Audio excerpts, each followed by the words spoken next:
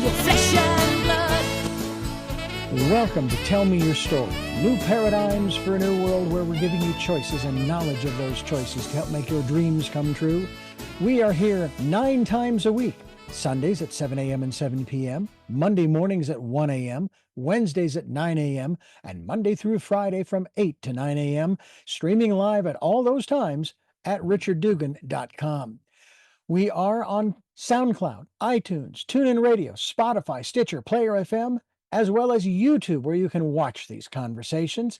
I hope that you will take time to subscribe and click notifications so that when a new conversation is posted, you'll be notified and you'll be able to tune in, listen in, and learn, and be entertained and inspired. A reminder that Choices, which is my book, 5 Steps for Life, it's available on Amazon.com in paperback, hardcover, and Kindle with Audible, soon to be released. We also ask that if you can support the work that we are doing financially, we do have a PayPal account. It is there for your security as well as ours. And when they ask for an email address to whom you're sending, please go to richard@richarddugan.com. That's the email address. If you go to richarddugan.com, there is also a link directly to PayPal so that you can send us whatever support you can. And we thank you to those who have helped and to those who will help. We also ask that you take time during this decade of perfect vision, the 2020s, to go within to that quiet, peaceful, calm, still place and listen to that still, small voice. And with that, we now take you to our very special interview and guest here on Tell Me Your Story. And welcome to Tell Me Your Story, New Paradigms for a New World. I'm Richard Dugan, your host, and it is always a pleasure to come your way and bring you the guests that we have, including returning guests. Will Johnson has returned, and we're going to talk not only about the radical path of somatic dharma, radiant body, radiant mind. We're also going to let you know that he's got a website too. We'll give that to you in a minute. And Will, I want to thank you for joining us once again here on the program that is trying to make a difference in the world for self, for others, for everybody. Yeah, well, you're welcome. I really enjoyed talking to you last time, so here we are again. Absolutely, it's really a joy to converse about these different things that you've talked about. Your book, in particular, the radical path of somatic dharma, has only been out for about 6 months, January of 2025. I'm curious as to what you have gleaned, if you will, from any responses that you've gotten from folks or reviews and so forth. How's it being ingested or accepted, if you will? Yeah, pretty much along the lines of how the Dharma world has responded to me really over the last 15 years. I have some people who are so grateful. Finally, someone has told them that it's actually okay to relax. You know, that sitting meditation doesn't have to be like a struggle and bracing, and there's actually a physical component, an awakening of an energetic presence through the body.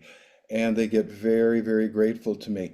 I get other people who I sense probably feel their traditional Buddhist tradition and brand is in a sense being called out, and they're not entirely comfortable with that. Well, I will tell you that for me, when we speak of meditation, and of course, I remember my mother watching several programs as I was a kid growing up. One of them, of course, was the exercise program with the ever popular Jack LaLanne. I do remember that. But then also on PBS, she would watch and actually sit down or what have you. She would participate in the practice of Hatha Yoga on PBS. I remember that. For me, getting into the lotus position, with the crossed legs and all of that, or whatever the position might be for meditation, not necessarily for doing yoga. I was just, I could, as a young guy, I could do that, but I don't really feel comfortable doing that these days. But one of the things that I found out about in regards to meditation is it can take on a lot of different forms. Like, and I feel this way about this, taking the weed whacker and cutting down the weeds, doing the dishes, or any other of these tasks a lot of people think are mundane, and I actually do. Strangely enough, I actually enjoy them. My wife is not a fan of doing laundry or dishes, and that is not a knock on her. Those are her preferences. All right. I enjoy doing them. Okay, for me, it's meditation, Yeah. and Okay, that's yeah, very interesting. Now look, the book that we're talking about right now Mhm, is a book directed to the Buddhist meditation world because it does focus on sitting down, on mhm, and sitting as a posture for awakening to happen through.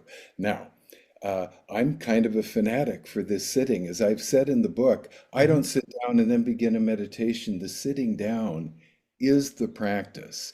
Okay, and it gets mhm. very alive, relaxed, frankly, dancerly. If you don't hold yourself so still like a frozen garden statue of the Buddha, and open to your life, breath kind of like an amoeba, it expands and contracts through the entire body. Yeah. So I'm a fanatic for the sitting practice, but now look, having said that, your question, what's interesting, I'm just about to enter into the copy editing phase of my next book that'll be out in next April. That's a companion to this book.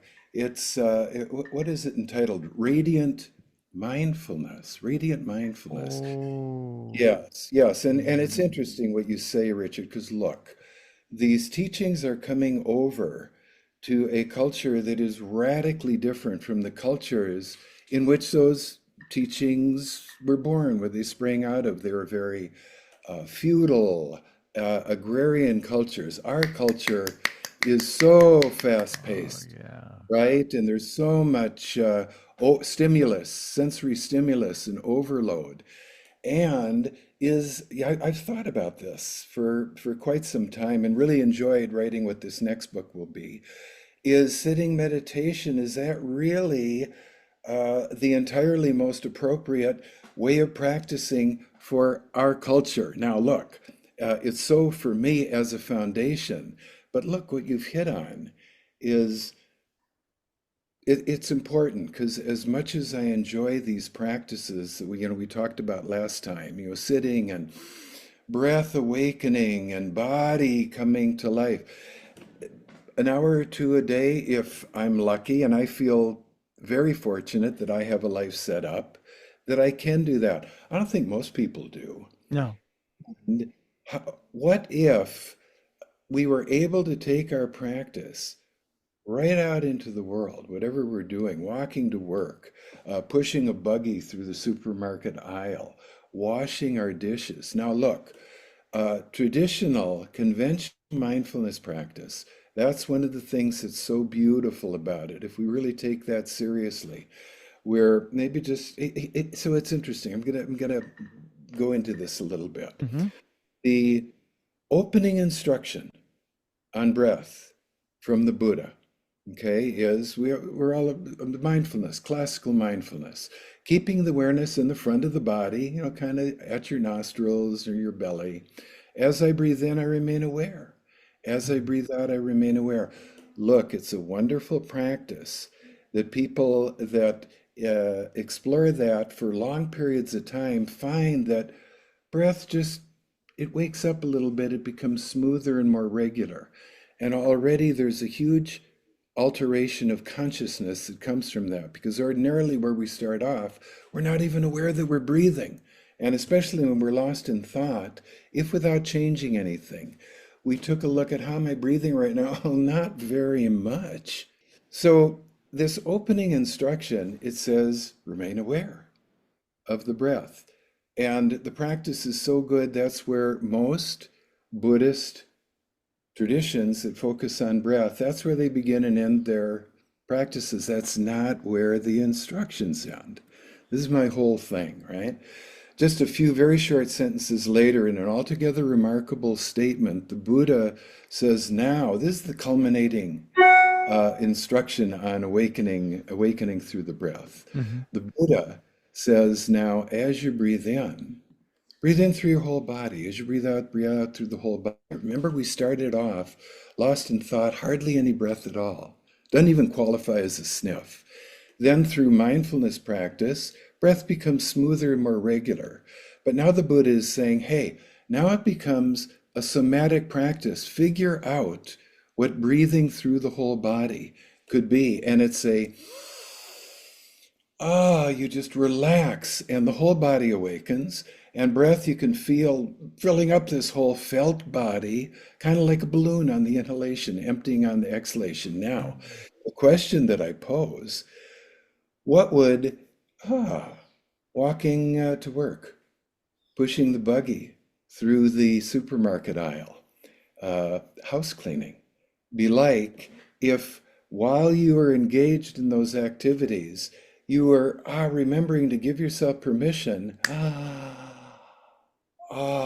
to let go to this breath that's being so held back by conventional consciousness, right? What would it be like to be anywhere and, here's my breath again. Well, okay, I'm going to wake it up first a little bit. I've been lost in thought. I'm out walking in town and I remember, here I am, lost in thought, not much breath, very little awareness of body. I'm going to shift gears here. Just start off gently and slowly. These transitions can be challenging. First, I'm aware. There I'm breathing a little bit. Okay, and now more and more. And this, of course, is what we talked about last time with the sitting practice. Mm-hmm. What has to happen? How can I just let go? And it happens with a let go, not a forcing of just letting go. And there comes a breath that just, you feel it like an amoeba expanding through the whole body.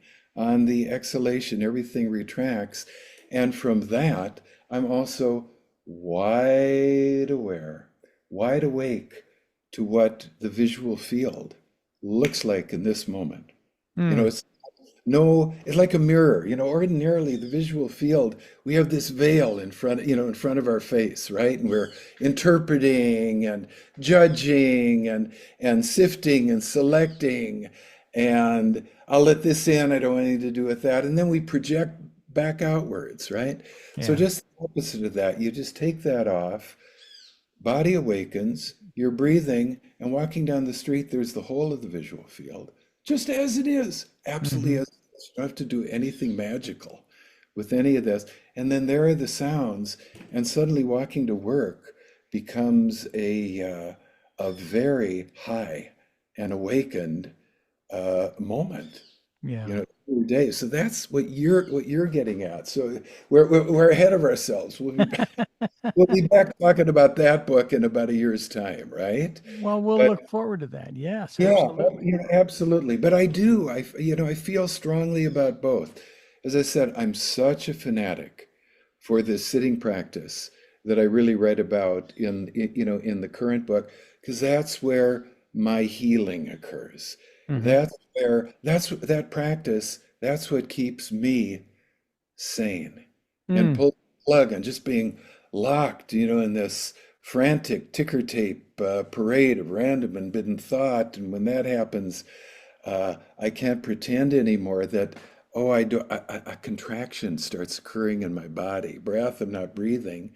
It doesn't feel good. It doesn't feel natural. And so I keep Mm.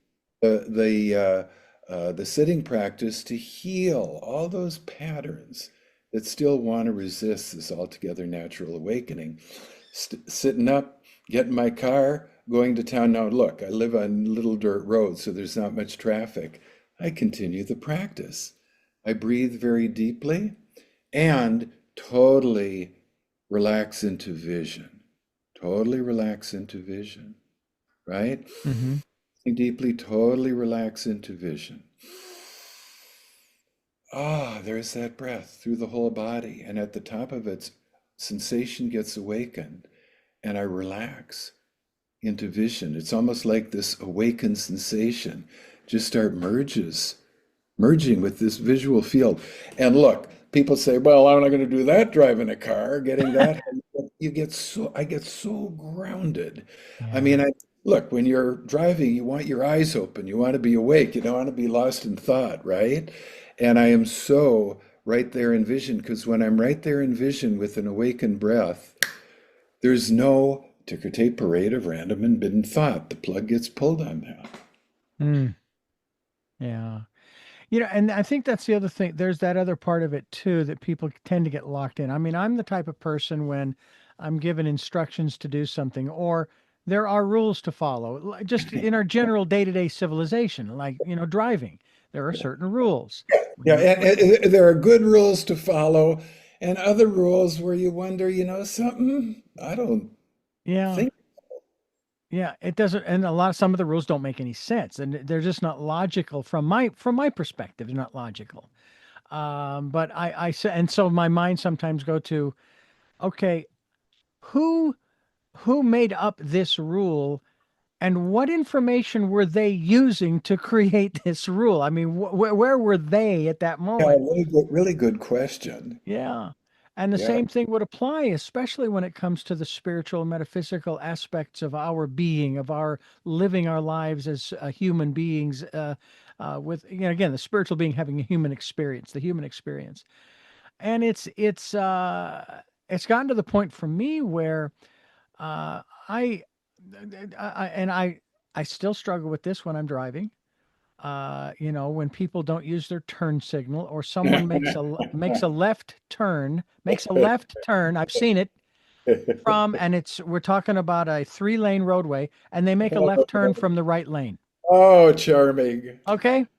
Yeah. And so what I have to start to do more and more of, as opposed to, it's thank you, universe, for keeping me aware and totally conscious of what's going on. In other words, my self-awareness is such Right. that I get this sense, I have a feeling this guy is gonna do this or do that or do, and I slow down and suddenly it happens Uh, and I'm going, instead of getting upset, I need to go, thank you for the guidance. it's so interesting. I mean, I know people that view every little mishap, every little interaction that's kind of icky as, wow, thank you for giving me another opportunity, to feel what I felt there and then to let it go. Yeah. A lot of my students are students of A Course in Miracles, choosing love instead of fear, Mm, anxiety, agitation, whatever. Again, it's a big ask. We live in this culture where, it's so interesting. Nonviolent communication, Marshall Rosenberg's work, was a lot like this too. And one statement of his I remember that really meant a lot to me. He said, most people, when going through their life, are looking outside themselves. Who can I blame for their action that made me feel this feeling? Rather yeah. than just taking responsibility for the feeling. Now, look, it's a very deep practice. I like to think, I hope I'm not being completely Pollyannish about this. If you talk to Coco, she'll say I'm not, she'll tell everybody he ain't perfect, everybody. But, all of this, really exploring Buddhist Dharma and very traditional Buddhist Dharma has made me, I'd like to believe, less reactive about things. They happen. Well, it depends on how big a button is pushed, by the event. I would be probably a lot more upset if the character that had turned from the right lane smashed into my car and Mm, a lot of people were injured. But you know what? Life happens. But yeah, so there are very good rules in yeah. uh, in life that are important. And then so I want to go off on this a little bit Hmm. too. So I am so grateful to all of my teachers from Vipassana, Zen, Vajrayana, all of my teachers from traditional Buddhism coming over here. I'm so grateful for everything that they've done. I'm so grateful to have kind of tapped into this 2,500-year tradition of awakening. I am also, though, someone who, and this is a little bit of what I think you're getting at as well, finally woke up. I mean, it took me, I say this, it took me several decades to summon up the courage to shun some of what I see as Buddhism shadows, some of the rules that don't work, in Hmm. order to pop open a little bit and enter into its light. So, in many ways, what I feel I'm doing here is sowing seeds for a particularly Western form of Dharma that's going to be a lot less rigid. Certainly, it's not going to hold the body still like a stone garden statue of the Buddha. You Hmm. can't breathe. You can't feel. Uh, every time, I think we talked about this last time, every time these teachings have migrated to a new territory, the form of practice has changed through the interaction with, well, what's going on here? I think of the gentle Chinese monks going to Japan, they encounter the samurai, Zen becomes fierce, a ferocious practice. Uh, People from northern India, they climb the Himalayas onto the Tibetan plateau, the indigenous Bambu people, shamanistic, animistic. All of a sudden, there's deities, image of deities, Mm. this world of wrathful and peaceful beings. Look at it's coming over here to the West. Again, a very different culture. Uh, it has to change. And first and foremost, the bottom line for me is that the shadows of the Dharma have to do with the how we are in our bodies. This is not just I'm going to just get stiller and stiller and stiller and focus on some kind of mind piece. No, body wants to awaken. We want to figure out how to be far more user friendly in our Mm. approach to long hours and days of sitting practice.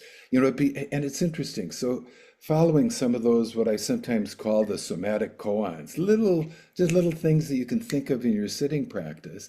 You follow those, it becomes immeasurably more comfortable. And lo and behold, you go far deeper, far more rapidly into, the heart of the teaching, the revelation realms. Yeah. So, in that way, I feel like a lover of the tradition and a breaker of the rules.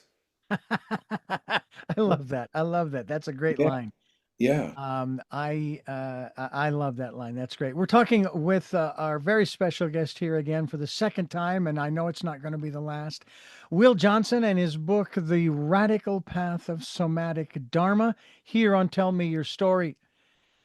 I'm Richard Dugan, and it is a pleasure to have Will Johnson back with us, of course, to talk about the radical body and radical mind. The website, embodiment.net. Embodiment.net. That's the website we'll be linked to. And just a reminder, of course, that you can hear the entire interview, the entire conversation is a better phrase that we like to use on SoundCloud and iTunes, TuneIn Radio, Spotify, Stitcher, Player. You can go to YouTube and watch the conversation. Why not?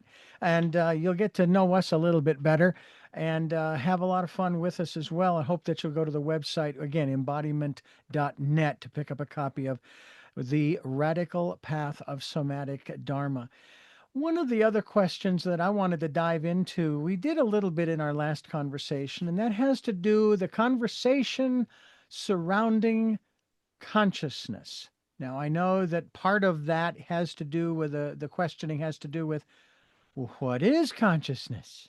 All right, that's the first part, the first question that a lot of people will start with, and then it's followed up by um, maybe the where is it? I mean, it must reside in the body, you know. And do we get to, is that what we are referring to as is the spirit the same thing as consciousness? And do we take it with us when the body ceases to function, when it's time to get a new car, so to speak, or a new vehicle? That's what I like to think of that. I have been driving since 38 years of age. My first vehicle was a land yacht. It was called a Plymouth Fury 3. Oh, Giant, giant thing.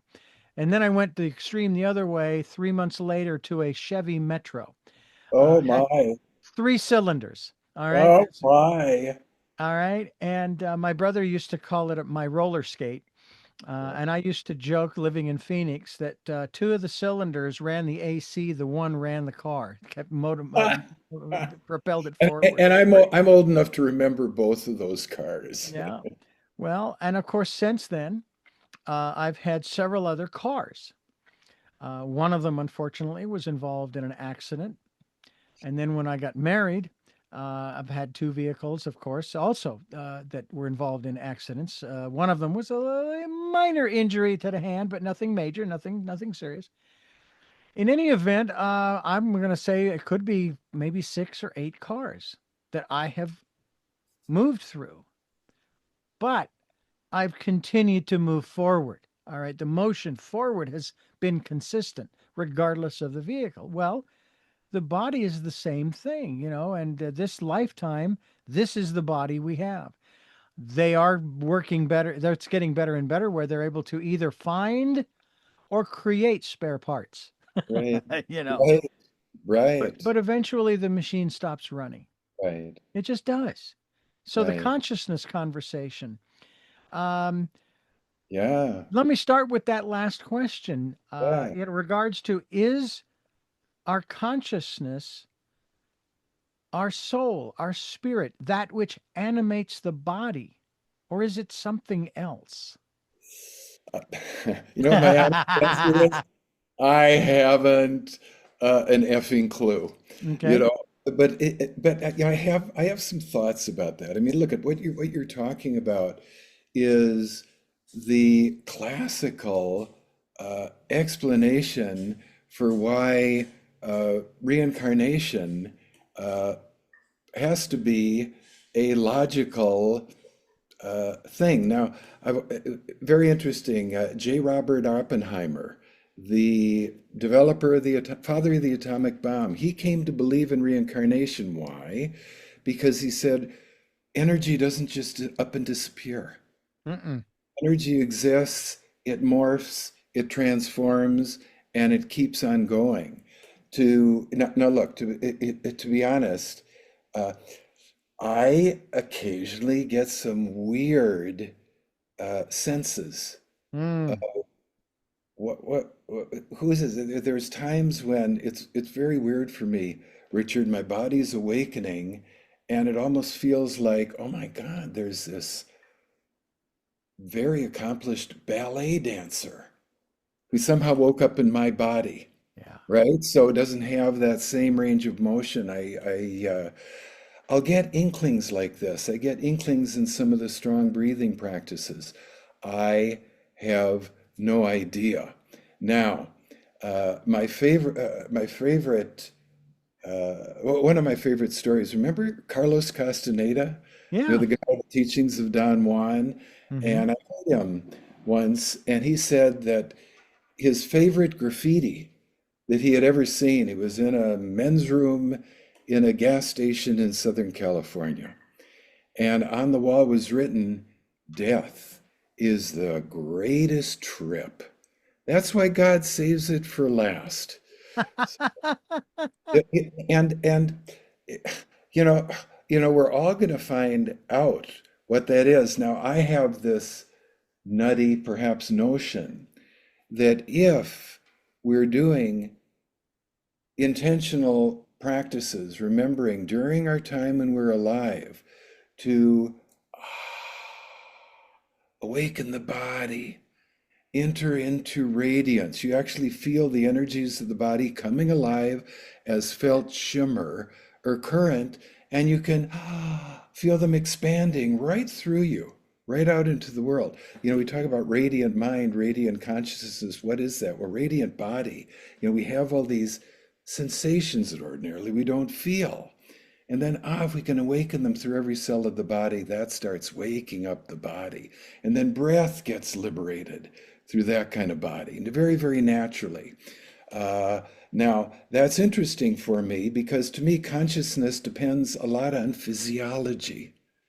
The consciousness of Mm. this body is it's dependent on the physiological conditions. So thinking back, if I'm hardly breathing at all, just enough to keep the body alive, but all that little sniffy breath, It's hardly a sniff, that small volume of breath that ordinarily, that's how most of us breathe most of the time. What does that create? Creates a consciousness of lost in thought, creates a consciousness of self-image. That's me.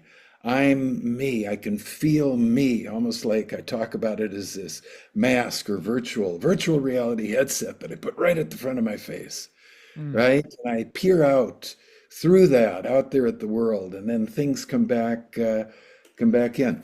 Okay, we start doing mindfulness practices. Breath changes.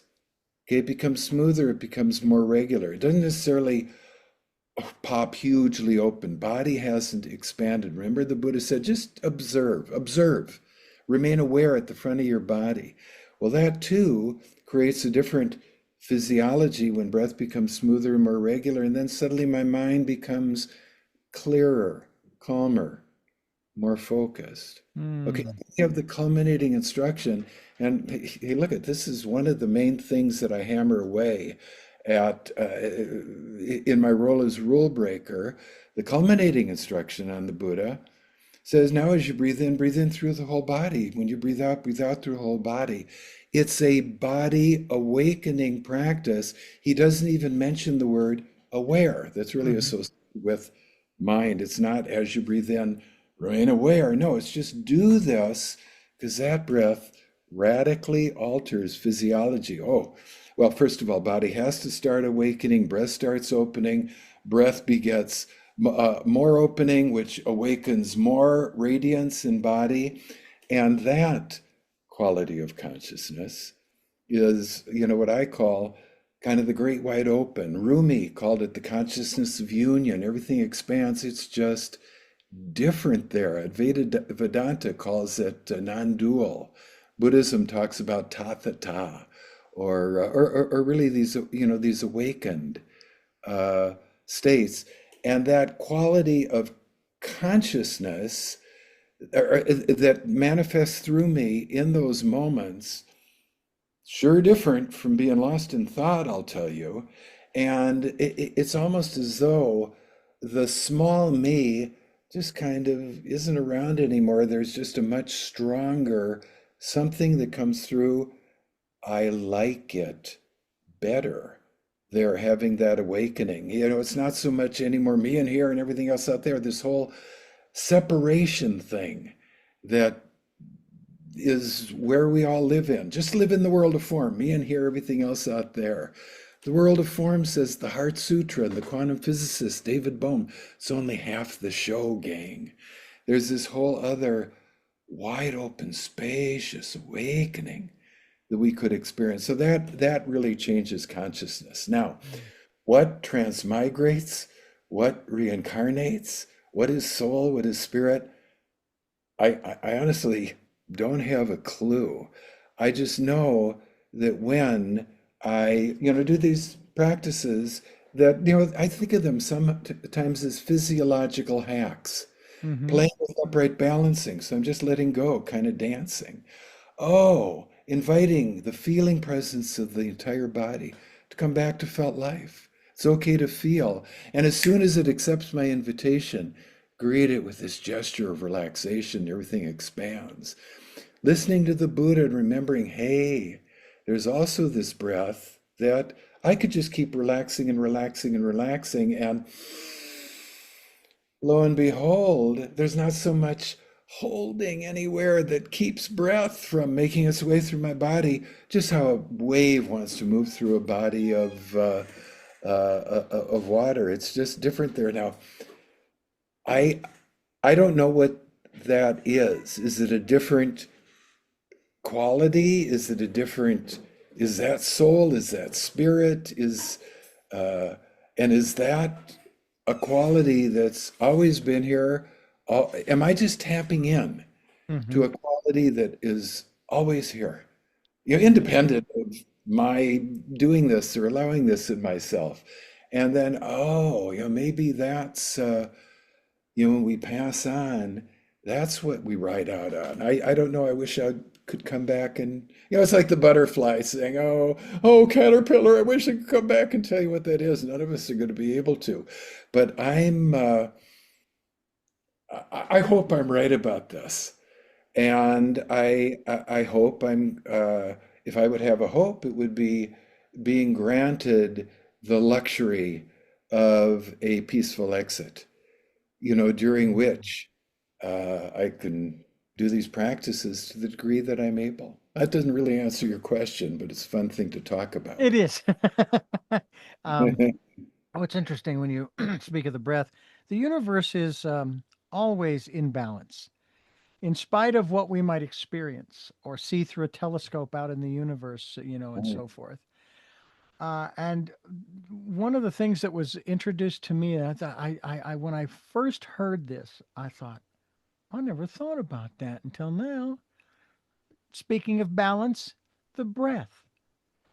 Do you know that from the time we come into this world until the time we have left, we have had a balanced number of inhales and exhales. It's true. It's interesting. And Absolutely the same number. Absolutely the same number. We start absolutely, with the first inhale and we end that with the last exhale. you got it. Right. So, from that very simple example, no matter what is going on in your life and whatever's going on and I have to rephrase this, what's going on in my life, because this is therapy for me too. This is I'm Totally. trying to learn too. Totally. All of us, all the time. This is all I've been doing. Um, Trying to figure some of there's this. always balance, and the reason Yeah. that I bring that up, and I've shared this with you off the out of the interview, some of the things that have been going on in my life in the last few months. Yeah. And and it's the same thing. And this may sound a little strange too. It's not exactly breath, but when you think about, for example, our electrical grid, okay, at one point it was turned on. At one point it will turn off. Balance. Okay, never to be restarted again. And that could be because the earth decides, you know what? And by the way, the name of the earth, of course, is Terra. Is They use Gaia and all those other things, which is fine. No, I'm not casting aspersions, but I was talking with someone just the other day about the names of the planets and everything. It's like they're always, like these Greek gods or Roman gods and what have you and so forth. Well, what the heck is the name of the Earth and the Moon? Well, it's quite simple: Terra and Luna. Hello. But there is this balance, and it brings to mind this, because you mentioned earlier about this concept of duality. Hmm. And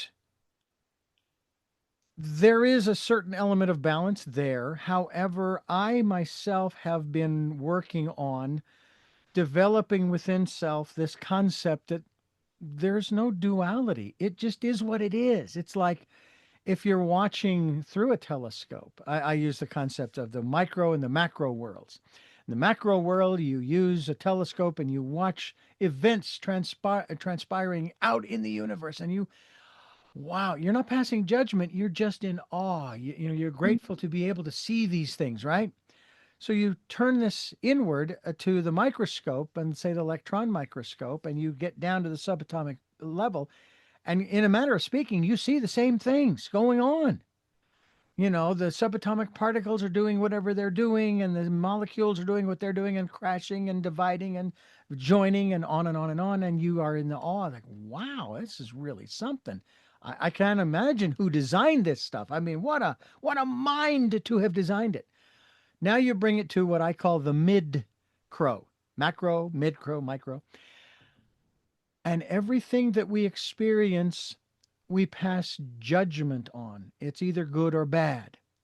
When in the reality of things, in the universal concept of balance, it is just what it is. Yeah.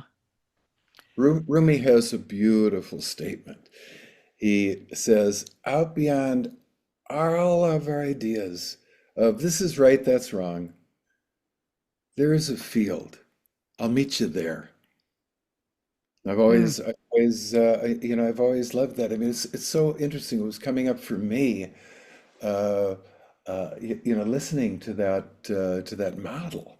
Mm. that you were speaking of is that human body, everything that exists, onto, the galaxies, it's vibration, it's twinkling on and off. Now, as human bodies, and a lot of the, uh, I guess one of the directions that my work wants us all to take a look at is that we could experience our body as a field of constantly shimmering, uh, tactile sensations, minute little wavelets of energy.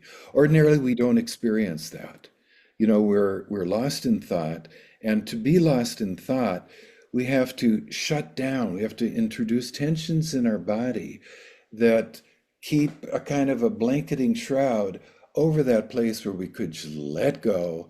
And wow, body awakens, radiant, and everything is just uh, these sensations, infinitesimally small and oscillating, unimaginably rapid rates of, vibratory frequency. I mean, galaxies and sensations of these things. That is our body. Ordinarily, we don't experience that as felt phenomenon. Now, that's one of the things that's one of the hacks. I want us to shift gears from a consciousness of lost in thought to, okay, you play here with some of this, and all of a sudden, body awakens and breath gets liberated. Now, look, when that happens, it becomes extremely vibratory. And as I was saying, some of that thought structure and the belief and the judgment veil, the headset, Hmm. comes off. And then suddenly it's palpable. Richard, it's vibratory, emanating out of my body, interacting with vibratory everything. Now, here's one that's interesting to me. The one extraordinary 20th century, deeply body oriented or sensation oriented Buddhist teacher from Burma, U Ba Khin. He would say the first goal of the practice, he said, it was activate anicca. Anicca means change. And for him, it was to experience the body as this field of constant vibratory, tingling, buzzy Hmm. change. Everything, it's buzzing. It's not staying here. And he would say that once that gets activated, you start becoming aware of, there's this current Yeah. of something that, I can just surrender to this Mm. force. And then that becomes the practice. And he said that would, you just ride that force to your awakened state. Listen, Uba Keen and Goenka and Ruth Denison, his teachers, very, very important to me. Having said that, in the awakening of that current, in my experience, forces move. It's a Yeah. sine qua non of being a force. And I feel it moving my body and moving through me. That would be the one thing. I would just so love to see the Dharma world let go of this model of sitting like a stone garden statue of the Buddha and just being totally still. Hmm. My experience is that that kind of almost guarantees that the awakening into this radiant vibrancy ain't going to occur. And this experience then of, I can experience this expanded level of consciousness when everything is awakened and vibratory. I can't. If Yeah. I'm breathing Yeah. and lost in thought, then I am only will that is poured into this body like milk into a carton or something. Everything inside the carton is me, everything outside is other than me. Now look, there's nothing wrong with that. That's one of the levels of Hmm. consciousness. It's just it causes a lot of pain and suffering if Yeah. that's the only pl- place on the camera. It's like uh, the spectrum of consciousness. It's like a camera lens. I'm going to dial it into this one place. Hmm. That's me. Well, that causes a lot of pain. You know Yeah. that. Yeah. Yeah.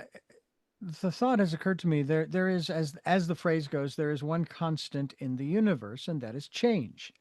Exactly. A lot of people have a lot of trouble with change. Now, I'm not a real big fan of changing words. I am absolutely appalled at the people who thought it was necessary to remove or to change certain words in the novel by Mark Twain, Tom Sawyer. It makes me look at, I'm a Yeah, writer, and yeah, I just love the great authors. I right, like reading people like Mark Twain. right.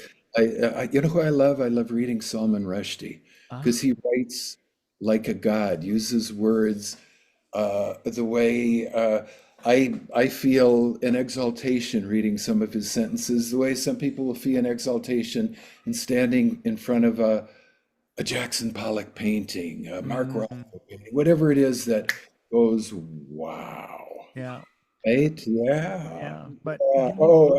It's yeah. sacrilegious to do that. Well, I think so too, because it was written, the words came from a specific era. That was the whole point. And it's fiction, number two. No, but going back to the concept of change, people have difficulty with certain words, like change or the concept. Okay, so let's think of it a little differently. And have sort of expounded on that in what you shared just a moment ago.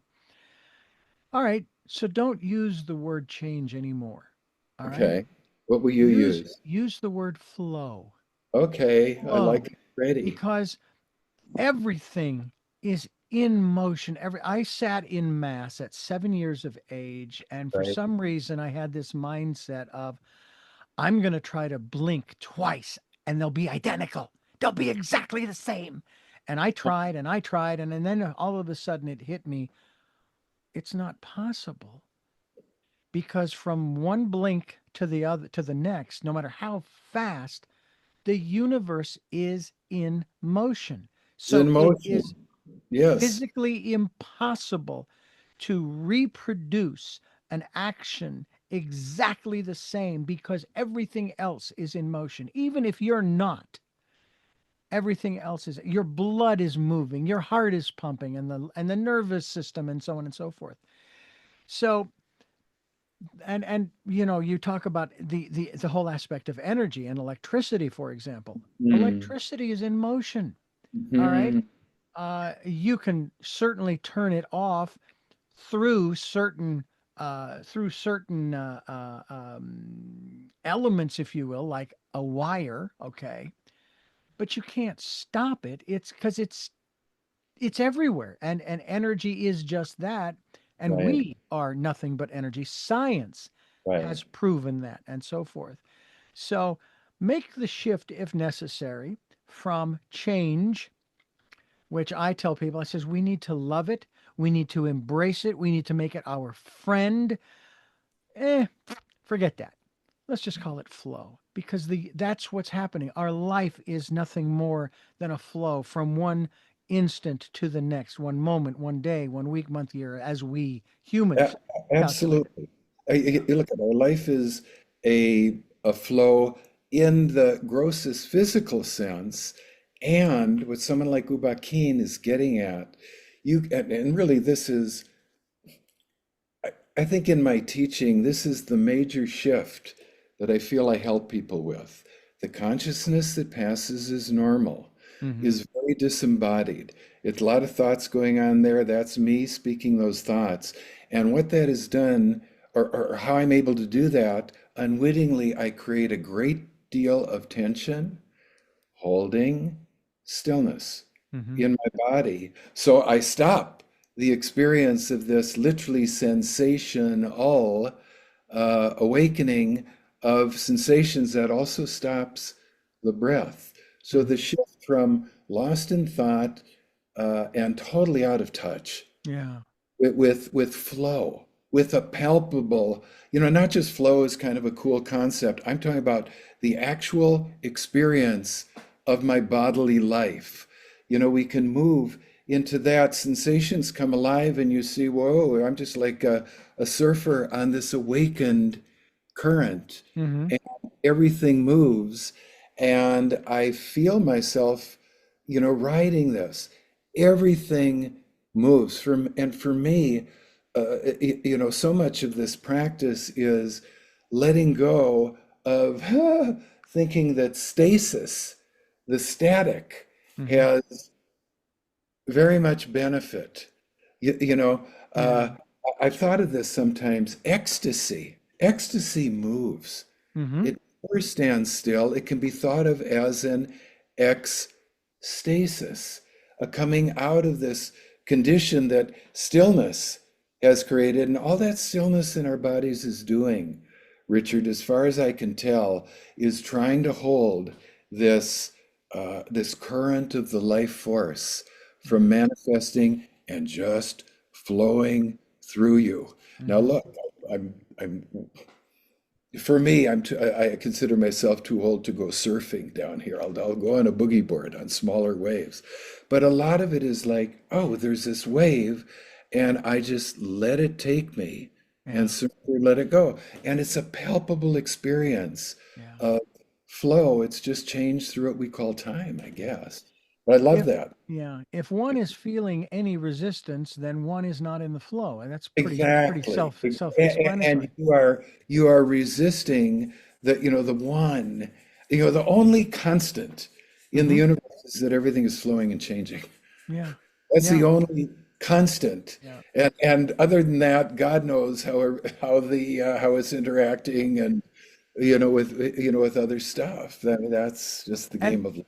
and what's interesting about that is if you take that concept and you bring it down into the material world, into the logical constructs that we have, I'll bring it down even further into the constructs of the founding documents of this country. Right? You now have people who are saying, "Well, wait a minute.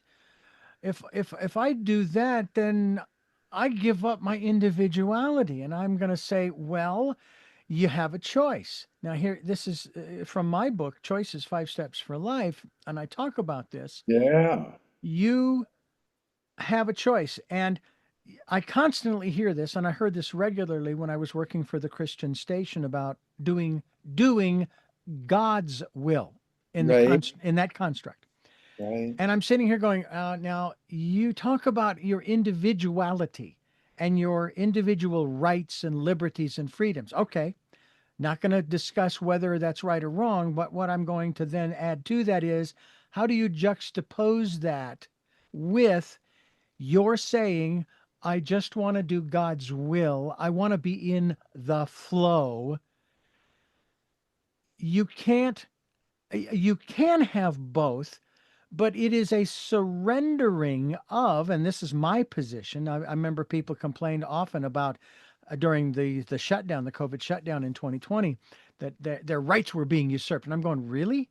Because the way I read the document, I'm actually exercising my rights. Nothing's been taken away from me. I am exercising them. So I exercise my right of individuality and say, I'm in the flow. Take me, guide Hmm. me, instruct me, show me, give me the wisdom, yeah, and on and on and on. It doesn't make me better than anybody else. It Hmm. only makes me and my life flow in a direction and in a way that, yes, I'll have the ecstasy and I'll have the downs, sure, and everything in between, because that, even emotionally, that's part of the flow. Right. But to say, oh, well, I have to give up my individuality in order to be in the flow. No, you don't. You Hmm. are now an individual in the flow. You Hmm. are choosing to allow the universe to guide you. And there's a Right. big difference between that and the way I've observed some of the philosophy of Christianity, Hmm. as, we're puppets on a string being manipulated by forces we don't understand. And we're Hmm. not. If Hmm. we choose not to be. I am not a victim. That's another element of it. I'm not a victim of circumstance. I'm in the flow. And Right. life is just flowing and I'm in there, and as long as I am here, I recognize that everything is temporal. Every experience, whether it be COVID-19, whether it be power shutoffs to help prevent fires, whether it be having to move from one place to another, to another, to another. All of that is temporary because Mm, when I leave, all of that's irrelevant because I'm not here anymore. mhm. So I don't know if that helps anybody in terms of understanding that we have great power. And I've heard this said many times, Will, the greatest power is in surrendering Absolutely. to the divine. Yeah, absolutely. Absolutely. The greatest power is in surrendering to the divine radiance. So, where I go with that, this gets interesting. What I've loved about all these practices I've done all my life, they're all about direct experience. Hmm. It's palpable, it's real. It doesn't have much of anything to do with faith in this or belief in that or this kind of rich. It has nothing to do with that, right? And the awakening is okay, it's this explosive, Yeah. energetic, palpable, feelingful, awakening this cellular shimmer, Hmm. awakening this cellular shimmer.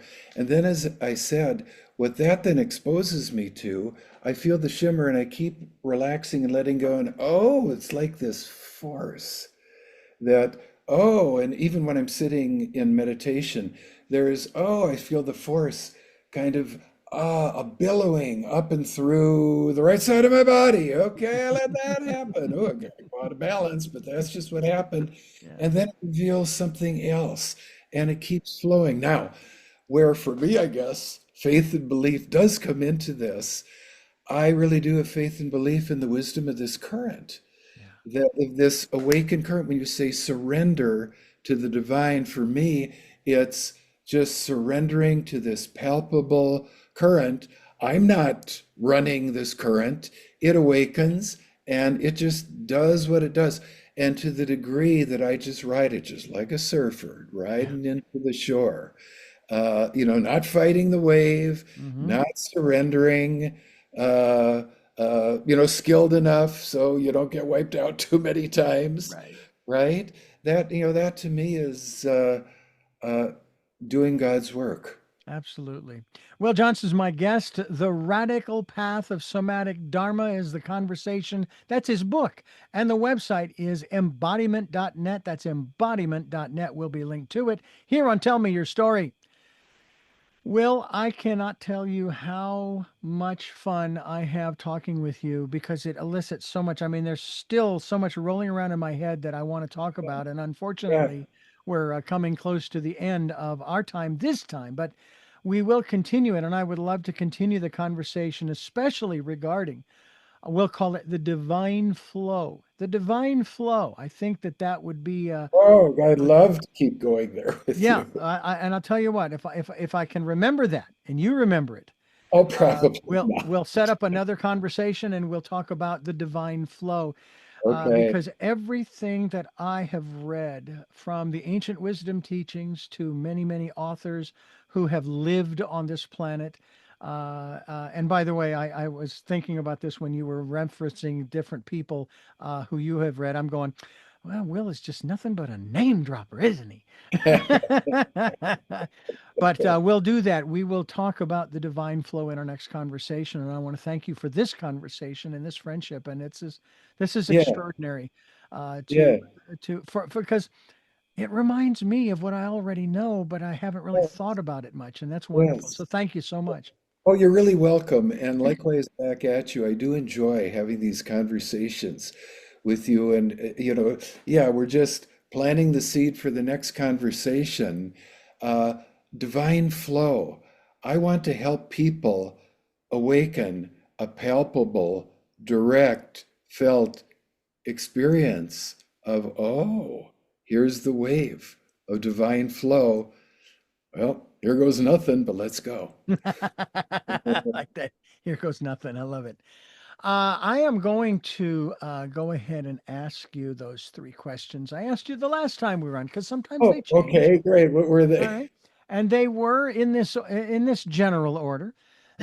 Who is Will Johnson? Okay. Will Johnson is just another guy uh, who, I guess, early on in his life, just started experiencing, wait a minute, there's something more that could be going on here, having this human embodied experience. Then I feel the just kind of going through school and doing this and doing that in the course of life could be. And I've done my best. There have been times that have been stronger than others of remembering that there is a current of divine flow. And when I awaken that and let go into it, I like how I like this experience of being embodied. And when I go even more conventional or extremely conventional and block it, it hurts. Hmm. So just another character doing this, doing my best, sometimes doing well, sometimes not. It would be interesting for you to have a conversation with my wife, Coco. Well, if she's open, we can certainly do that. I would love to have that conversation. That would be wonderful. The second question is, what gets you up in the morning? What gets me up in the morning? First of all, I've slept enough, and I get where my excitement comes is that okay, I'm up in the morning. Ah, I can get right back into the foundational practices that awaken me out of sleep back into much more of a radiant awakening to set the tone for the whole day. Now, look, I'm very fortunate. I do physical practices. I live in Costa Rica, so uh, I'm able to do about a half an hour of laps in our pool, and then I want to take that and sit down and do an hour of what I call hollow bamboo breathing. And the last part of that practice is lying down, and I get up from that and I'm ready to meet the day. And I keep myself busy. I generally function better when I'm overwhelmed than when I'm underwhelmed. So I still even right now I've got 3 deadlines of things that have to get done before the middle of August. And so I keep going. I keep going with this. I've kind of made my peace with I'm committed to continuing to share what this experience is, what this approach to awakening is. And I'm going to keep doing that. It's not my job to tell people how they respond. They either get it or they don't, but Mhm. I still feel committed to that. That feels like my kind of, what were you calling? Listening to God's will. That feels like God's will coming through me. And I like it and I enjoy it. It happens to be a lot of fun. And Absolutely. so am I. Absolutely. And the final question, what was your best day? What was my best day? Oh my God. The best day in my entire life? Wow. And I wonder how I must have answered this, uh, last time. I think it was the first day when something just started opening in me. I had this awakening experience that, oh, something bigger or deeper than Mm. just who Will thought of himself as. Hey, look, in university, I thought of myself, I went to an Ivy League university, it was kind of fancy. I thought of myself as sort of a high liver, a bon vivant kind of Ivy League art critic. That's what I did in New York. I went and wrote art criticism, kind of, Tony and sort of fancy. And look, that's certainly part of who I am. But I didn't know that all Mm. this deeper universe existed. Maybe it was my first real deep meditation opening, and that then exposed me. Well, this is also possible, so that sets a path of Yeah. following. Well, Will, thank you so much for allowing us to go deeper into the life and times, if you will, thoughts and feelings and consciousness of Will Johnson. It's been a pleasure, and we look forward to having you back to our next conversation, which will be the subject the divine flow. So thank you Vibe again. flow. I'm already looking forward to it. Oh, Let's do it sooner than later. and I've written it down in Okay, good. the text here, so it's not Good. going anywhere, and we'll do that, and Good. we'll set that up when we're finished here. And thank you, folks, for listening to and watching Tell Me Your Story, New Paradigms for a New World. We're giving you choices and knowledge of those choices to help make your dreams come true. And until our next broadcast, podcast, videocast, love Talal. Jeanette, I'm still listening. Dad, continue to be happy because I am. Smokey, I will see you on the other side. Mike, thanks for being in my life. And to my dear friend Zorro, aho, aho.